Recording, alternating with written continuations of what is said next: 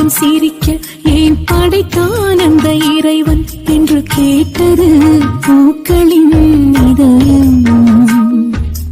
மறுநாள் அந்த செடியில் அந்த மலர் வாடிய பொழுதில் பட்டு கிடந்ததே இறைவனின் மனமும். ஒரு நாள் மட்டும் சிரிக்க ஏன் படைத்தான் அந்த இறைவன் என்று கேட்டது பூக்களின் இதயம்.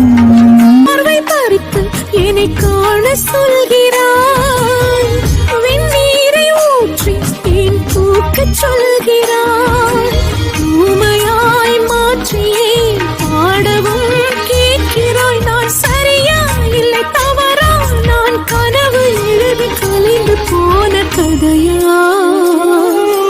ஒரு நாள் மட்டும் சிரிக்க ஏன் படைத்தான் அந்த இறைவன் என்று கேட்டது பூக்களின்